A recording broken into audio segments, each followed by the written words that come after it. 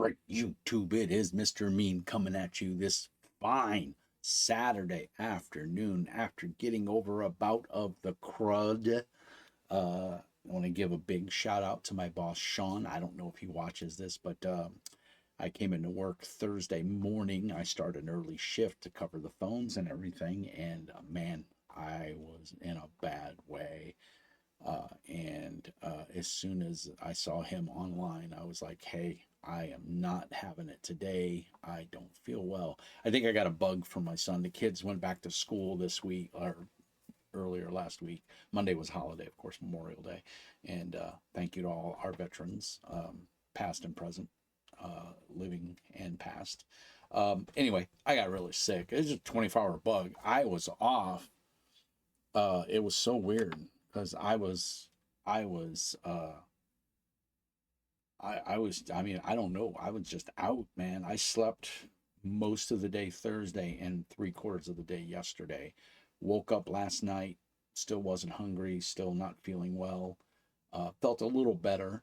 Um, Actually, my wife Thursday night went out and got when I'm sick, I want pho. I don't know what it is. There's something about that beef broth and the spices and everything that just it kicks whatever's ailing you. And for me, it just seems to do the trick. So anyway, long story short, I don't want to bog everybody down with my personal problems.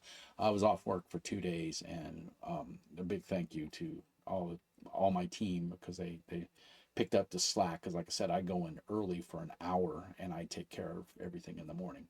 So awesome crew, great team. Love my job. So thank you, Sean. Uh, but today's video du jour for the Moonbeamers, everybody gets this first. This will go live tomorrow at noon. I will allow it to go live tomorrow at noon. So Moonbeamers get to watch it first if you're on Moonbeam. So, and if you need an invite, shoot me an email, mrmeanspeaks@gmail.com, and I'll get you an invite if you're watching this afterwards on YouTube. And then the second big shout out, which this whole video wouldn't be possible if it wasn't for the awesome Grumpy Cat. I know him as Grumpy Cat, but on my server, I think he's known as Ugly Cat, which again, he's Grumpy Cat, and he's slightly older than me, so he's definitely a true grognard.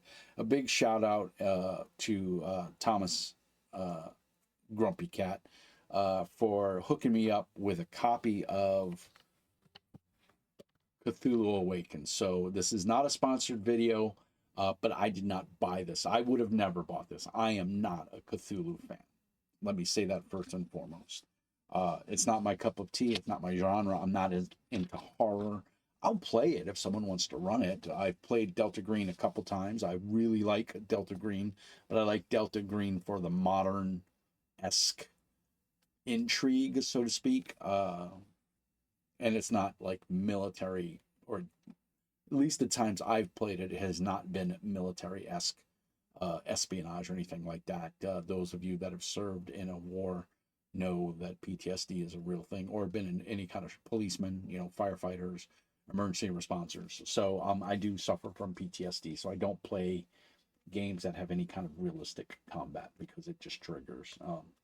But anyway, that being said, this is not a game that I would have picked up. I would not have spent the $60, $59.95 retail to buy this. I believe this was a Kickstarter, although I looked inside of the book and I didn't see any mention of Kickstarters. So maybe it wasn't. I thought Thomas said it was a Kickstarter, but Green Ronin doesn't do a lot of Kickstarters that I'm aware of. So this may have just been a regular like pre-order or something. But either way, Thomas got it. I guess he read through it and he wasn't enamored with it, or he got 2 copies. I'm not sure. Either way, he sent it to me as a gift. And he said, the only requirement is that I do a review. So here is my review of Green Ronin's Cthulhu Awakens using the Age engine. For those that don't know, Age is the adventure game engine. You need 3d6. 2 should be the same color. 1 should be a different color. This game rings my bell. I mean that in a good way. I like what I've read. Now, part of why Thomas didn't particularly care for the game, it's very political. There are some statements in here, and they talk about different political things, and I make it a very strong effort on my server to not talk about politics and or religion. It's just not something that's allowed on my server, and I shut it down really quick whenever I see it. But that being said, the meanings are awesome, and we don't really have that much of a problem. So, uh, I don't want to get into it. This doesn't really get into religion so much as it gets into the Cthulhu Lovecraftian mythos, which is separate from religion. Some would say it is a religion in and of itself, and it does have religious overtones. So if that's a trigger for you, this is definitely not the game for you. If you're not into body horror, if you're not into fanaticism and alternative history, then this may not be your gig. But if you're a fan of Cthulhu and you like that kind of stuff, you like the Lovecraftian horror, then this might be the game for you. And if you like the age system, so if you've played Fantasy Age, Fantasy Age or Modern Age, or I can't think of the sci-fi one with the Rosa Conte. Edge? No, it's not the Edge. Anyway, this their sci-fi game. They've got a couple different genre games. They're all really good. I'm a big fan of the Age system, and it's stunts, and it's a 3d6 system with your stunt die, that off-color die. If you roll doubles, and it doesn't matter which which two out of the three dice roll a double, you look at your stunt die, which is the odd colored die, and whatever number is there is how many stunt points you get. And then there are various charts for role playing, action, exploration, the social, that thing, which give you options, and you spend those points to do things. So it's super cool. The system for Age is very streamlined. I think it's very fast. I really like it. Character creation in here is just as good as in all the other Age games. You pick a racial template, and then you pick an occupation, and things are modified by your wealth level. And you can pick, or you can randomly roll. They have a lot of character creation choices in here. It's a beautiful book, 288 pages, hardback, Smithsonian. No ribbon in it, which I found odd. I thought for sure there'd be a ribbon in it. It just seems like the type of book that you would get with ribbons. Maybe the deluxe copy or something like that had the ribbons. It is beautifully illustrated, full color art throughout the book, a lot of full color templates. It's very, very, very well done. As you can see, there's some of the art. Yeah. Oh, there's a nice critter. Right? You run into him in a deep, dark alley. The art is fantastic. There's a ton of information in these 288 pages. This was produced in 2023, and I think it was finally released in 2024. There is a lot of political rhetoric. It's fictionalized, but some of it borders on real world events. So they're not trying to give you an alternate timeline so much. They're giving you a Cthulhu version of the current timeline, all the way from the late 1800s till now. The game has kind of two genres that you can play it in: the 1930s, the classic Cthulhu, 1928, 1930, or in the 2020s, specifically 2023, 24 is kind of what they're going for. Exploration, investigation, some metaphysics. There is somewhat of a bit of spell casting and stuff. Your typical Cthulhu cultist, deep ones, Cthulhu entities, the great old gods. The game I think it's really good. And like I said, I'm not a fan of Cthulhu, but I would play this. I would dare say I would even GM this. And the read is really good. Now, it is heavily political from the point of view of the genre that it's coming from. So while they don't try to give you an alternate timeline, they try to basically say that certain events happened because of Cthulhian influence, which makes sense because it's Cthulhu Awakens, right? If you're not into politics, this may not be the game for you. I'm not a political guy. It's not my jam. I don't run in that realm. I don't have any interest in it, real world or fantastical. But that being said, I think that the way they do the political assumptions in here, we'll put it that way, are founded for the game. So I disagree with Thomas with Grumpy Cat in that it's too political for him. I will say, I will agree, it's slightly too political for me, but I feel it's a role playing game. You can add as much of that as you want or leave it out. You don't you can put the bare minimum. You can say that your investigators are working for the government, you know, and you can go from there. You can have it as much, you know, as much political as you want in it or as little. Um, I think that depends on your play group. If your group wants a bunch of political stuff in there, they're, you know, they're going to do it, and you should let them, you know. But again, tell your players the expectation of your game. I think that part falls to a GM. If the GM doesn't do that and then feels he had a bad game, that's on the GM. So I believe the GM sets the expectation. The GM tells the players what he's looking to run and then takes feedback from them of what they want out of the game.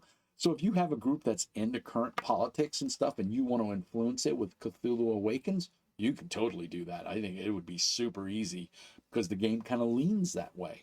So again, if you just want to do investigative, you know, research and exploration and deal with things that go bump in the night, you want to run it like Hellboy-esque, you could totally do that. If you want to run it X-Files, you could do that. If you want to run it, you know, straight Cthulhu horror, you could do that. The game facilitates that. So this is the core book, 288 pages, full color, glossy paper, Smith-sewn, beautiful production quality. It's holding up really well. I'm very happy with it. It does. I was kind of impressed with the fact that, yeah, it's Cthulhu, but they hired a Cthulhu, a Lovecraftian. I don't want to say expert, but a what's the word I'm looking for? A subject matter expert or a SME if you're in the corporate world. Let me put my readers on here, and I'll give you the guy's name because I think they did a bang up job. My glasses don't kill me. Don't get old, kids. Let's see here. It was let's see, cover art, proofreading, graphic design, adventure game development. There was a name they specifically gave, and I saw his name, and now I can't find it. They even give a shout out to original yellow sign design by Pellegrin Press, which I think is pretty cool. I'm covering up the microphone there. So, special thanks. This book would not be possible without 100 years of writers turning the Cthulhu mythos into a narrative cosmos beyond the control of any individual, where many perspectives shine against the forbidding night of the outsiders. Thank you. Very cool. I like that. Editing. Sorry, proofreading. Cthulhu Mythos Consultant, A. Scott Glancy. So, Mr. Glancy, thank you for your hard work and helping Green Ronin bring this into reality, because I think this is a banger. I think if you're even somewhat interested in mythos and you don't know where to start, I think this is a good spot. They even go so far back in as to talk about the origins of the Necronomicon and the Kitab al-Azif, aka the Necronomicon, later turned into the Necronomicon by the Romans, or the Greeks, excuse me. So yeah, super cool reference material, I think, if you're into that sort of thing. Thomas was also nice enough to send me the GM's Game Master's kit, which comes with a nice full color trifold landscape GM screen, which I'm always a fan of. I believe GM screens should be landscaped, not portrait. But it's got cool art, if you can see that without the glare. So you can see a lot of cool art. And then, of course, the inside has all the charts and everything that a chronicler, GM, game master, whatever you want to call it, would mean. It also comes with a nice Game Master's kit book, fully colored. staple bound. It's roughly 27 pages. Has a blank, has a character, has a character sheet in the back that you could photocopy front and back, but it's stapled so you can bend it over. And then there's lots of charts and everything, vehicle combat stunts. There's a full-fledged adventure in here that, in my opinion, is pretty good. The Mark of Yagath, Tales from Beyond. Just a lot of cool stuff in here. Very well done. I mean, a very fleshed out adventure. Some GM reference, general stunts, just gives you some ideas. Quick explanation of everything. So, a very, as always, if you've got Mutants and Masterminds, if you've got any of the modern age or fantasy age, they always include a Game Master's kit with their GM screen, and it's always very well done. So full color, glossy paper, and then you get a bunch of these gloss laminated 8.5 by 11 sheets, and these things are just fantastic. There's no other way to put it. So it starts with the Cthulhu Awakens sheet. You can dry marker or wet markers. You can write on these and erase them. It's got like a laminated coat on it. But they come with like, so the general stunts, combat stunts. Let's save that one. Social stunts, exploration stunts, enlightenment stunts, also conditions, vehicle combat stunts, casting ranks, casting modifiers, eldritch stunts, and psychic stunts, and price effects, because there is a cost for slinging spells. And then there is a Cthulhu Awakens action chart, and then all the focuses. I don't want to get too much into the mechanics of the game. There's plenty of videos out there that cover it. One of the great things about age system from Green Ronin is part of the character creation is you choose your focuses and everything, and that affects your die rolls. And there's no huge modifiers in this game. I mean, your target numbers are like 7, 9, 11, 13, 15, and I think 20 or 21, which is really hard to get. But you're rolling 3d6, so I mean, if you get, you get three sixes, you got an 18 right there, plus your average bonus is 2 to 4, maybe 5. So yeah, it's possible. It doesn't happen a lot, but you can get it. And then they have skills, and then within those skills are focuses or foci. And so it gives you a master breakdown of all those, which I think is very handy for a GM. This is something I don't think the previous games had this. Maybe the I can't think of that sci-fi game with the starship Mars and Earth were going at it. I can't think of the name of it. If somebody knows, put it down in the comments. It was on Netflix. The warship Rosacante yeah. Anyway, really great series if you haven't watched it, and I've heard the books are really good, but I haven't read the books. But anyway, all of these little cheat sheets, and you can pass some of these out to the players and keep them on the table. Everybody can pass them around. There's just lots of good information on here. All your status effects, sources of alienation, so entities, visitation, phenomenon, revelation, terror stunts, because the monsters can get you, and they have their own stunts, combat stunts, of course. And then what they include in all their games that use this system that they've got going, which I think is amazing, is an initiative tracker or a combat tracker. This is really well done, and it lets you keep track of your combat rounds, so status effects, spells, conditions, and then it has space for your name, your initiative, and then any notes. So maybe you're under the effects of a drug or something like that, or a spell or a psychic power. The GM can make a note, or the player. What I love to do with these, and again, wet, dry erase capable, I give this to the players. I let them control it. I tell them what my monster or bad guy NPC's initiative is, and then I let one of the players manage this, because I have enough work to do running the game. I don't want to have to also do this. So I do that in my Pathfinder game. I've done it in all my Mutants and Mastermind games. I've done it in every game I run. We babbled for about 20 minutes. That's my thoughts on Cthulhu Awakens. I think it's I first of all I'm going to say thank you, Thomas. I'm really enjoying this. I think it's a good read. Uh, I'm able to kind of just gloss over the political stuff, and it doesn't affect me because I don't care. I'm not a politics person. Um, I don't think their intent was to like force politics down your throat. I think the intent of the game was to enfold politics into the role playing to say, you know, the government conspiracies and all that stuff that revolve around Cthulhuism, uh, and that stuff to make you aware, to kind of help give you a reference or a starting point or just a point of origin for where things are. You don't have to play it as a political game. You can leave all that stuff out. You can have the players just be private investigators that get embroiled in a mystery, you know, that leads into Cthulhu, you know, mythos, which can be fun in and of itself. You know, it can be that, you know, whenever in a Cthulhu game, my best advice to players, if the GM gives you a book or you find a book, don't read it.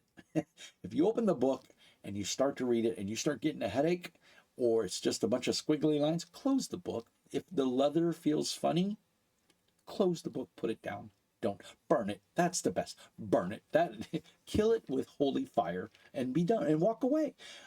It's going to make for a short adventure, but you know what? Your sanity will be intact. One of the things I did not see, and I just now thought about it, is I don't see a sanity mechanic. Let me see. I didn't read about it. Yeah, yeah. Experience, level, health, armor. Those are all standard things. And like I said, the mechanics of the age system are really good. This game, regardless of the genre that you're playing it in, plays really well. Um, Weapon groups, entities, alien. They're not doing sanity, they're doing alienation. And so when you get affected by these certain things, you'll take disadvantages, so to speak, or you'll take penalties that will affect your outcome on being able to do things. So that's pretty cool. Yeah. Uh, Eldritch workings and psychic phenomena. So you get your choice of if you want to be a spellcaster or do you want to have psychic powers. So again, if you don't want to touch on the witchcraft or, you know, demonic possession or whatever you want to call it, you can use psychic, and you don't even have to acknowledge the eldritch part. They can just be, you know, out, you know, psychic phenomena. So I personally think the game is done really well. I'm very glad that Thomas sent it to me. I'm really enjoying the read. It's very well laid out.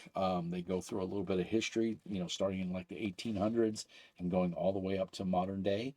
Uh, we get a little bit of information of the gentleman who wrote what would turn into the Necronomicon, the Plateau of Ling, if you know about Ling and all that funds, the Dreamlands, the Enchanted Woods, Yugoth, Carcosa, Celephanus, Uthar. There's a lot of cool stuff in here, and I think if you're into that, if that's if that's your jam, and things that go bump in the night or squiggly tentacle things coming out of the sky doesn't bother you, you and your game group may have a really good time with this.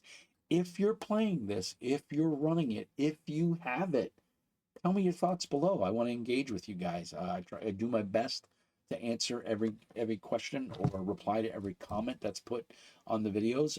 If you're on Moonbeam, send me a message, say hi, say you saw the video, you enjoyed it, you disliked it, let me know. I hope you guys enjoyed this. This was just my thoughts of my initial review of Cthulhu Awakens by Green Ronin using the Age engine. I'm personally impressed with it. I'm very thankful that Thomas sent this to me because I would have never bought. I'd have saw the title and went, nope, not for me, and I would have never gave it a second look. So I'm glad that I did. Will I get to run this? Probably not. My local gaming group has no interest in Cthulhu. And you know, I run a gaming Discord. I have about 200 plus members on it. I'd say 60 to 80 of them are really active on the server, and I can't manage to run a game. And my buddy's running a Shadowrun game we've only got 2 players plus the GM. We're trying to get more players. So if you're looking for a place to play games with, I think, pretty decent GMs, myself included, pop onto the Discord. There'll be notes down in the doobly-doo to get to it. And you can get to them from my socials. I'm on Facebook. I have a Facebook group called Mr. Mean Speaks. I have the YouTube channel, Mr. Mean Speaks. And of course, I'm here on Moonbeam as Mr. Mean Speaks. So if you want to send me some shards, please, I wouldn't be mad at you if you did. I do have a Patreon, a very active Patreon, or buy me a coffee. So if you're down with those platforms and you want to join up or send me a one-time donation, you're more than welcome to. I encourage it. That money goes back into the channel to either buy better equipment or to buy more books. And as you can see, I have quite a library. That library goes 30 feet, so it goes all the way down. But I hope everyone's doing well. I hope you're having a blessed weekend. And I'm glad I'm feeling better. I hope you're feeling well. And thank you so much for watching. I hope you enjoyed it. And like I said, leave a comment. Let me know what you thought. And if you're into Cthulhu Awakens, definitely let me know, because I'm pretty impressed with it, to be honest. So as always, peace and hair grease. And remember, Mr. Mean says be nice. Thanks, guys. I'll catch you soon.